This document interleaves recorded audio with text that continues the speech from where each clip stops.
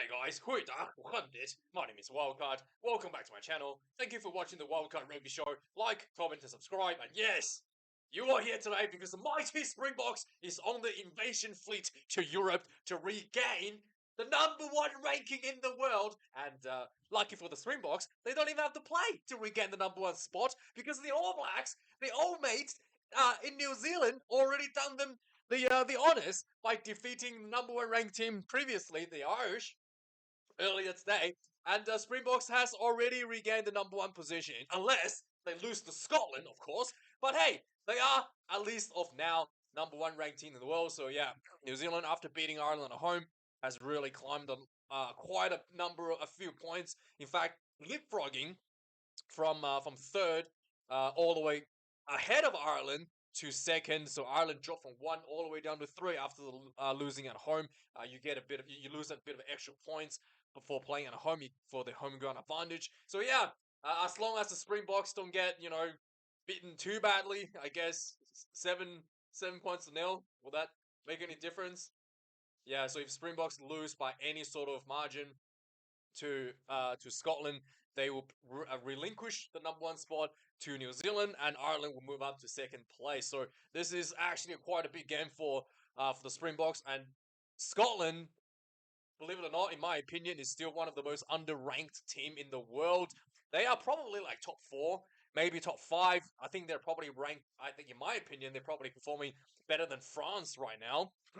Maybe with Dupont back, the France probably maybe edged ahead again, ahead of Scotland. But yeah, they're right up there in the mix, and they are currently ranked. What are they ranked at the moment?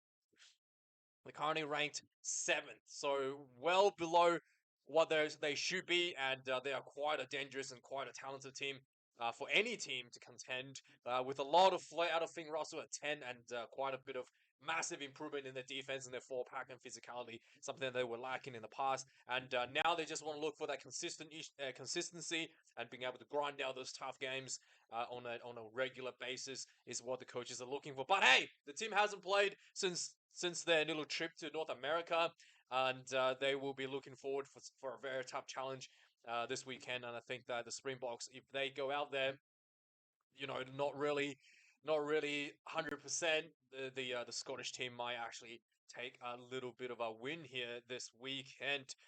Big changes all over the place for both teams.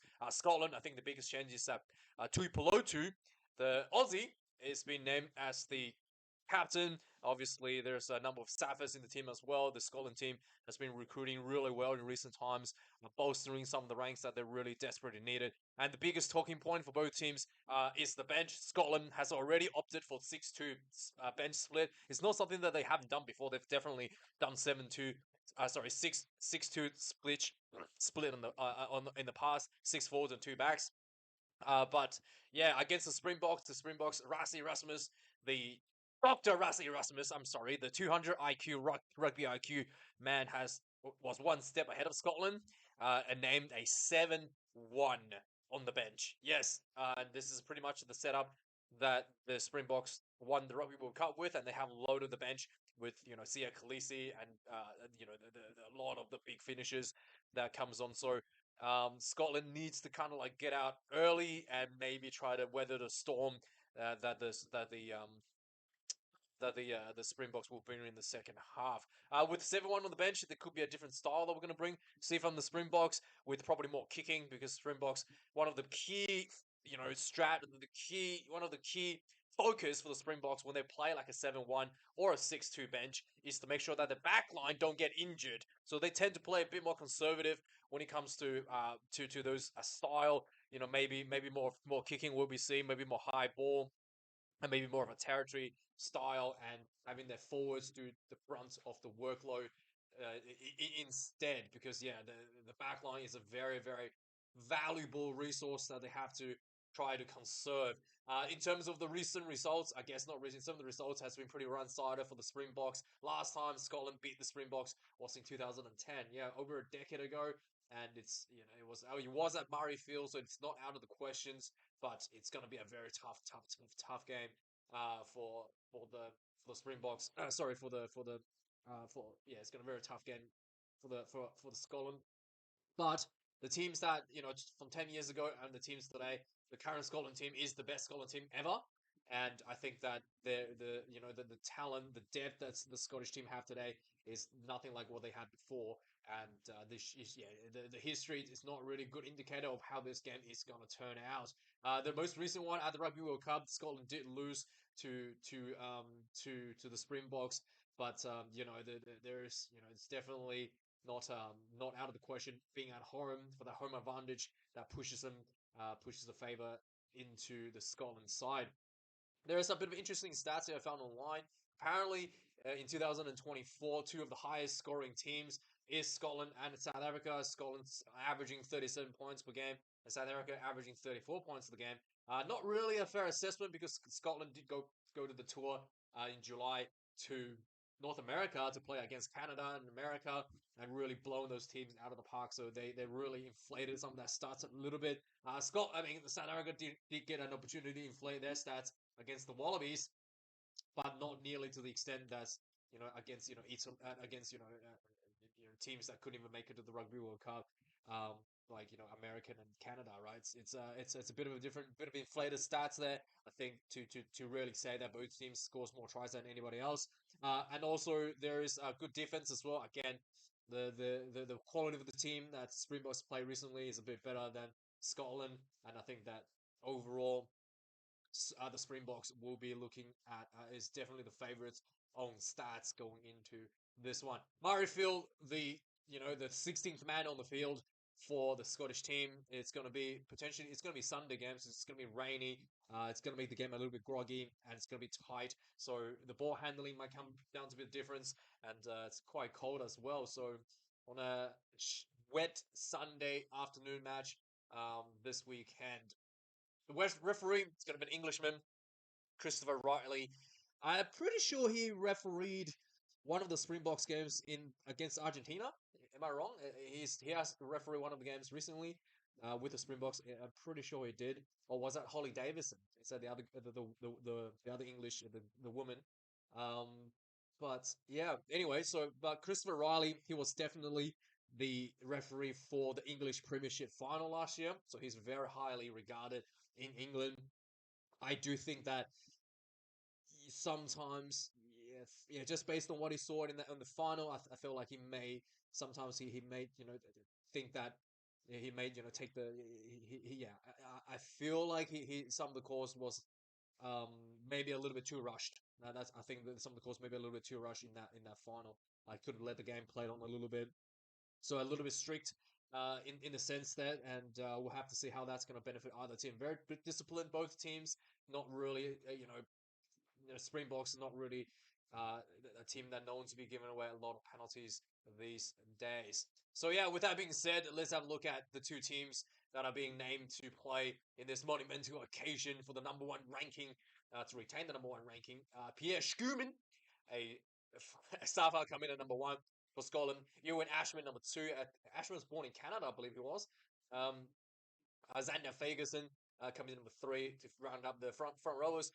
For the Springboks, Ox Nche retains the number one jersey. Bungi Mbunabe comes number two. Thomas Dutoit has come in at number three ahead of for the injured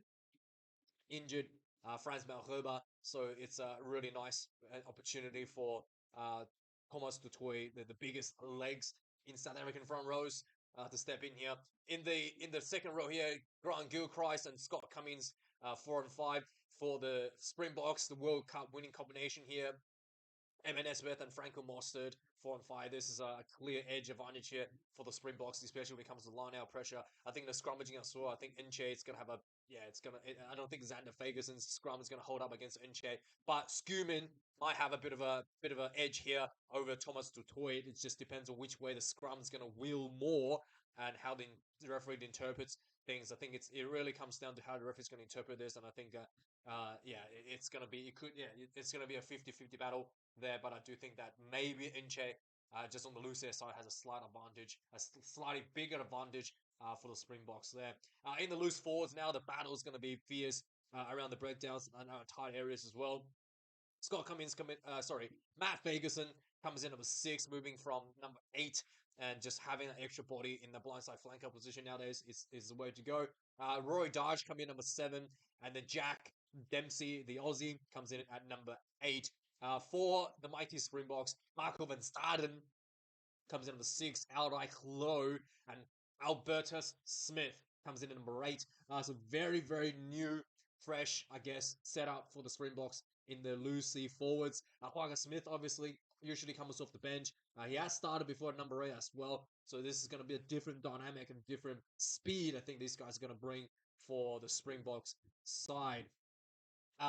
Coming in the back line now at number 9, Ben White for Scotland, and Finn Russell, the 19 combination there.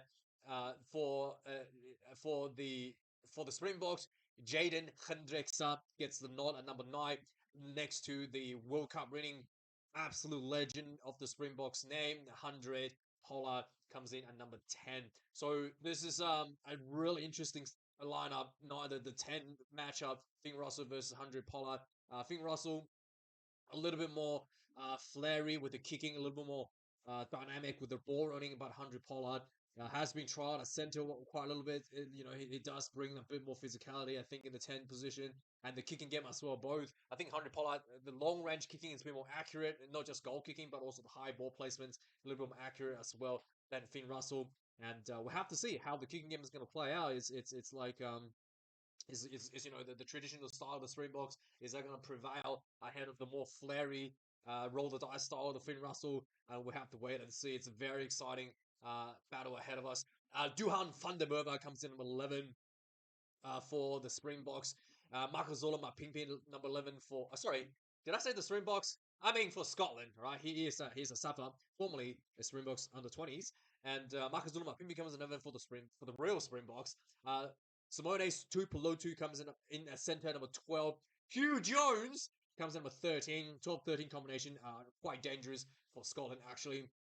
Andre the Giant Esterhuizen comes in number 12. And Lukamio gets the nod at the number 13 jersey this weekend. And it's good to see Andre Esterhuizen back. He was banned for a bit. I think he missed up. Did he play one match at the end in the Rugby Championship, or did he miss out the entire Rugby Championship? I think yeah, he has missed out quite a big chunk of the Rugby Championship, and it's good to see him here to bring some more physicality against Tui Polotu and see how he handles that pressure. And Lukamio has a speed edge ahead of Hugh Jones, but I think Hugh Jones might be defensively slightly better than Lukamio And then number 14, Blair Kinghorn gets the nod. This is interesting. I thought Kinghorn would be a 15. He's probably one of the best 15s in the world right now, and gets put in number 14. Kanan Moody, someone who actually plays number 13 next to Andre Esterhuizen. Interestingly, has been opted for the 14 jersey here. The Kanan Moody Andre Esterhuizen combo was the one that really beat. I think that was the one that beat the All Blacks in the record fashion at Twickenham last year. Was that the one? But yeah, it was a very impressive setup, the two combination. But yeah, the Lukamio gets the 13 instead of this one. And finally, at number 15, a newer player for Scotland, Tom Jordan, and the Springboks has opted for the veteran Willie LaRue for the number 15 jersey. In the bomb squad on the bench for both teams are quite important here. Dylan Richardson comes in number 16 for Scotland. Roy Sutherland, the veteran, comes in number 17, and Elliot Miller-Mills comes in number 18 to round out the reserve front rowers. For the bomb squad in the Springbok side, Malcolm Marks, number 16. Steenekamp comes in number 17, and Vincent Koch, Mr. Incredible, comes in number 18. Number 19, Max Williamson. Josh Bayliss, number 20 for Scotland. And Achia Schneemann, the Viking, comes in number 19. And Sia Kolisi, the captain, on number 20. Number 21, Jamie Ritchie. Again, there is an emphasis from Scotland to have loaded up the bench to counteract against the Springboks. Springboks, what do you call it, bomb squad. I don't think this is the way to play against the bomb squad, by the way, because, if you shouldn't really be fighting a battle that you are clearly designed not to win. You should figure out another area to exploit the Springboks. For example, the backline. In fact, I think to counter Springboks, I think the best way to do it is actually play three backs, and you really try to put more pressure on their back line because of the fatigue factor. And yeah, so Jamie Ritchie it comes in number 21. Peter Toy, again, someone that normally starts with the Springbok, has been really emphasized left on the bench. This bench is just packed with energy and power. This is scary. People might get murdered coming off the bench. That's how much power this is going to be. Jamie Dobby comes in number 22 as a reserve. Was reserve number 9. Jasper Visa comes in number 22 for the Springbok again, and number 8 as well. Literally the entire loose trio. This is normally the starting loose trio for the Springboks have all been left on the bench. At number 23, Stafford McDowell, another centre, has been opted here for Scotland. And finally, Grant Williams retains that number 23 jersey as an utility. Williams is good at, obviously he's a number 9, but he's also very, very fast as double up as a winger. So he's definitely can fill in a number of key roles in the back line this weekend as well. So yeah, I think the only kind of issue here. So should 100 Pollard gets injured, who's going to be the playmaker? I guess that's probably the only thing that the Springboks might be sweating a little bit. So maybe Villaroo go to 10, and then Villaroo is a playmaker, and then you just have obviously, yeah, you just probably get. Not sure. Hey, if who's going to go to fullback? Kenan Moody go to fullback, and have Grant Williams go to 14. It's going to be interesting to see how they're going to shuffle, but I think 100 Pollard aside, everybody else is pretty much covered. Um, yeah, it's interesting to say the least. But yeah, let me know your thoughts about this match, guys. I think that the fact that I think Scotland really needed to play away from the power game off the bench and find something different. But yeah, I think the Springboks should win this one. 25 points to 15, in my opinion. Let me know your thoughts, guys. Like, comment, subscribe. Thanks for watching, and I'll see you guys at the review when this game comes out. Cheers!